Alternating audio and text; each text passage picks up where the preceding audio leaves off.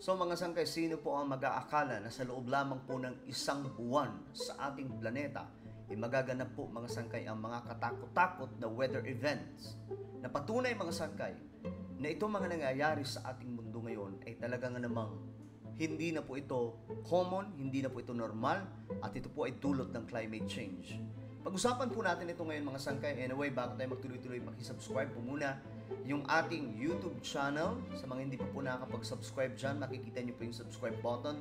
Sa ibaba, i-click nyo lamang po yan, tapos i-click nyo yung bell at i-click nyo po yung all. Sa mga nanonood naman po sa Facebook, i-follow nyo po yung ating Facebook page. Dahil dito mga sangkay, nag-upload po tayo ng mga mahahalagang kwento, mahahalagang impormasyon na dapat malaman ng sambayan ng Pilipino. Kung ikaw ay isang solid sangkay, mag-comment ka po sa ibaba ng hashtag solid sangkay. Alright guys, very interesting. Itong mga nangyayari ngayon sa ating mundo ay palala po ng palala. Kagaya po nito mga kalamidad, mga sangkay. Ayon nga po dito sa balita, mga sangkay, climate crisis. October sees record floods and rains across the globe. Sa isang buwan lamang mga sangkay, October, no? Nakita po ng buong mundo mga sangkay ang hagupit ng mga matitinding kalamidad dulot po nitong epekto ng climate change. Kaya nga ayon po dito mga sangkay sa isang scientist concerned or Union of Concerned Scientists article, sabi po dito mga sangkay, 2024 will be a year to remember as a result of fossil fuel driven climate change. Nakikita po natin mga sangkay na umiinit po ang ating mundo, at ito po ang nagiging resulta sa ating planeta mga sangkay. Ngayon tingnan po natin ang mga matitinding pangyayari sa ating mundo mga sangkay sa taong 2024 sa isang buwan lamang ng October. Countries around the world have suffered devastating weather during October, with one of the most powerful storms in decades making landfall in Taiwan. The arrival of Super Typhoon Kongray led to the suspension of flights and closure of schools, businesses and transport. Grabe, tingnan nyo mga sangkay yung kung gaano kalala po yung hangin at ulan na ibinubuhos mga sangkay. Malala po talaga. Services and left tens of thousands of people without power. Europe is also reeling from extreme weather. The Valencia Europe, ito naman mga sangkay, yung sa Spain po ito. region in Spain was devastated by the country's worst torrential rains in decades. Itong lugar na to mga sangkay, napaka-imposibleng mangyari yung ganitong klaseng pagbaha. Pero guys, wala na pong sinasanto ngayon ang climate change. Mayamang bansa man o mahirap na bansa, tinatamaan na po ngayon. Ganyan na po ito kalala, mga sangkay. Within 48 hours, torrents of mud-filled water swept away people, cars and homes. And rain closed roads and train lines across southern France this week. The local mayor told the French Prime Minister, "We had around 7 pockets, 7 districts that were completely flooded in less than 3.5 hours, which even in the weather models was unheard of." On October the 2nd, 10 million Cubans were left in the dark when Hurricane Oscar hit the province of Guantanamo. The government is still dealing with the aftermath. It was quite a painful experience. Mga sangkay, nakakilabot na po itong nangyayari sa ating mundo ngayon. Ba't ibang mga lugar to? Hindi lamang po sa Pilipinas. Kaya sana magising na po yung mga kababayan natin na patuloy pong ginagawang issue ito mga sangkay para po magkaroon ng pambato sa ating gobyerno. I don't know kung ano po talaga yung kanilang pakay, naiintindihan ba nila yung climate change o talagang bingi-bingihan lamang po sila para lamang po may maibato sa government, may maisisi. But again, itong mga kalamidad ay dulot po ng climate change and it's happening everywhere. Hindi po ligtas ang kahit na sinong bansa dito. Ayon po dito mga sangkay, iba't ibang mga bansa ito na nakakaranas ngayon ng effect ng climate change. Because it had never happened before in history.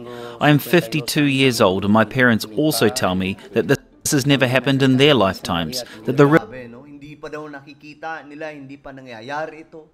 Pero ngayon, nai-experience na nila. Ganito po ang nangyayari sa ating mundo ngayon, guys.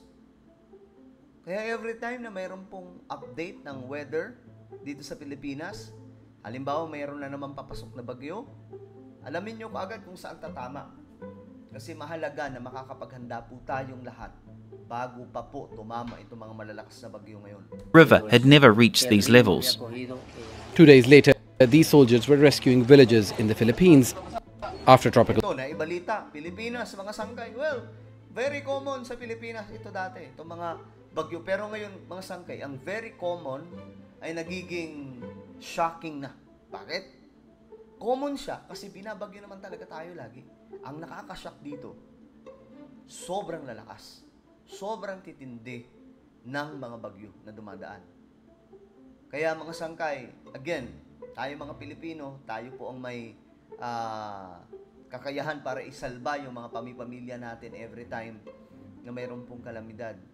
So, unahin po lagi mga sangkay na i-rescue ang inyong family before pa po maganap ang isang katakot-takot na pananalasa. storm Trami hit the island nation. Torrential rains submerged villages and left hundreds of people stranded on rooftops. Scientists and world leaders have linked extreme weather events in recent years to climate change and Climate change, sa mga bulag-bulagan pa rin po mga sangkay na tinatawanan po nila kasi, di ba, para lang may masisi sa gobyerno mga sangkay, sasabihin nila, nararason na naman itong mga climate change. Well, experts, scientists, mga sangkay nagsasalita, anong pinanggagalingan na ito? Climate change. and world leaders have linked extreme weather events in recent years to climate change. To climate change. Ngayon, sino ang mas nakakaalam? Itong mga panaysisi sa gobyerno o itong mga eksperto ngayon na nagsasabi na dahil po sa extreme weather events, mga sangkay, nangyayari itong mga kalamidad at ang ugat nito ay climate change. And global warming. You're playing with fire, but there can be no more playing for time. Ito pakinggan po natin. Mula po ito sa UN Secretary General. Matitindi po yung binibitawan nito mga sangkay about climate change. Kasi sila pong mga expert yung nakakakita talaga sa sitwasyon ng ating planeta. We're out of time. We are out of time, sabi po ng UN Secretary General. We are out of time. So anong gagawin natin? Malapit na po yung deadline na 2030. Anong gagawin ng buong mundo mga sangkay? Closing the emissions gap means closing the ambition gap, the implementation gap, and the finance gap. In the Saudi cities of Taif and Makkah, Ito mga sangkay. Matindi din to. heavy rains swept away cars and caused severe disruptions. Grabe. And in the Sahara Desert, Ito talaga. Itong Sahara Desert. Kasi itong lugar na to mga sangkay, itong disyerto ng Sahara, ay napaka-imposible na magkakaroon na po ng tubig. Bukod sa napakainit ng lugar, disyerto po ito. Pero ngayon, tingnan nyo mga sangkay. Inuulan na.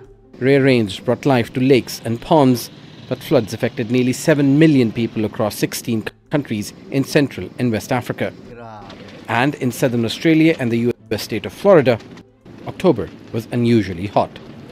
Osama bin Javed, Al Jazeera. So ito na yun mga sangkay, ang nararanasan natin ay epekto ng climate change. And we are out of time, sabi po ng UN Secretary General.